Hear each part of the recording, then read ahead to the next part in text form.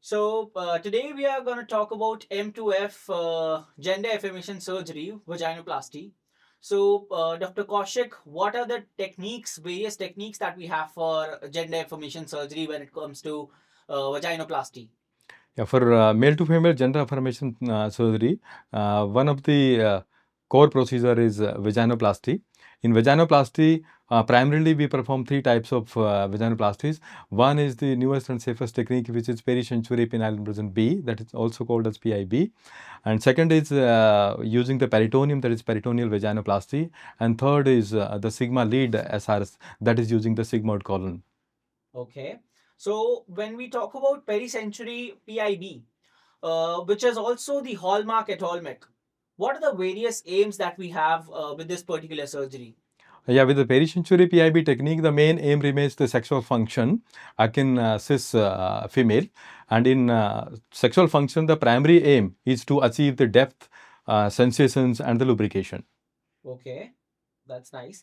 And could you please tell us about the shape, the looks that can be achieved with PIB, if at all people want to Yeah. know more about that? Yeah. In this hallmark PIB technique, the outer aesthetics is almost akin to cis vulva, and we construct almost all the parts that this vulva will be sensate, and that will consist of the labia majora, the clitoris hood, labia minora, and the normally positioned urethra and the normally positioned vagina. The specific characteristic feature of this newer technique is the all the parts are normally placed and they look almost akin to cis female vulva. Okay.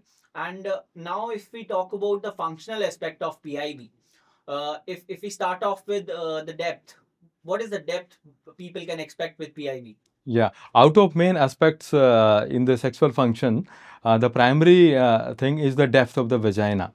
In cis vagina depth is usually 4 to 5 inches. In this pericensury PIB technique, we achieve more than 5 inches depth if we have adequate amount of the skin and the penile skin and the scrotal skin. We can go even up to 6, 7, or 8 inches in most of the cases. Okay, moving forward, if we talk about the sensation aspect of PIB. The most important aspect and the most characteristic feature of this PIB technique is the sensation.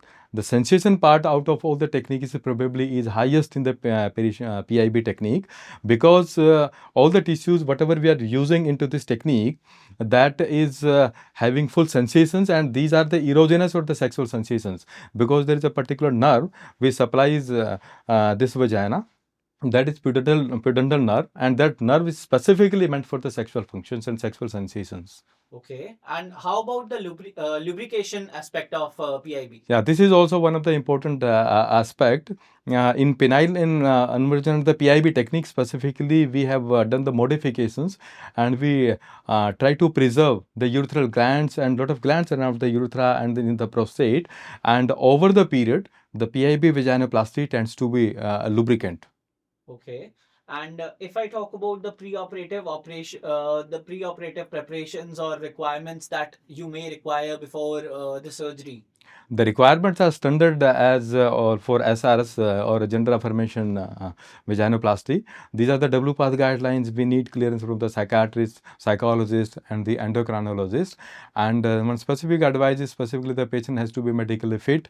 Weight is not a problem in this technique. Whatever weight we have, even we have 60 kilograms or if we have more than 100 kilograms, this technique is suitable for all the candidates unless we are medically unfit. We have to be medically fit. And the other requirement specific advice is about the smoking. We need to stop at least 1 week to 2 weeks prior to the vaginoplasty. That will be better for the outcome. Okay. And are there any risks involved when we compare it to any other techniques that we have for gender affirmation surgery?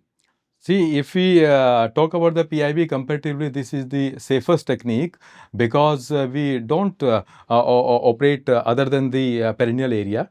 The only operation site is the perineal region. There is no other scar. We don't intervene to the tummy. They don't intervene on the thighs. That's why this is the safest technique, and recovery is very fast in this technique.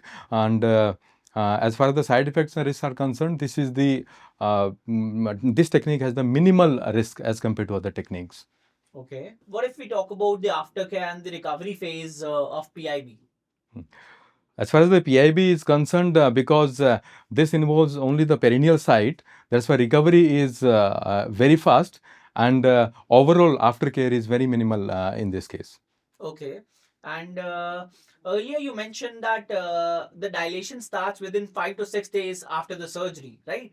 So if I talk about the schedule of dilation with this particular surgery, what would it be for the patients? This conventional penile inversion, it was the requirement for sometimes in a very long duration and for the lifetime also. But in this newer technique, and this is the hallmark of this PIB, dilation required is minimal. It is almost as compared to the sigmoid colony, it is similar. We need to do the dilation, 10 to 20 minutes in the morning, 10 to 20 minutes in the evening, and this is for about 6 to 9 months. Initially, we keep a dilator inside the vagina, and we do the regular dilation after 5 to 7 days. Okay. And if at all you would like to sum up this whole surgery PIB, how would you do that? Uh, this is the innovative, newest and the safest technique as compared to other techniques. And as discussed, the recovery is very fast. Overall, the duration of operation is also very less. Patient satisfaction rate is very high in these cases.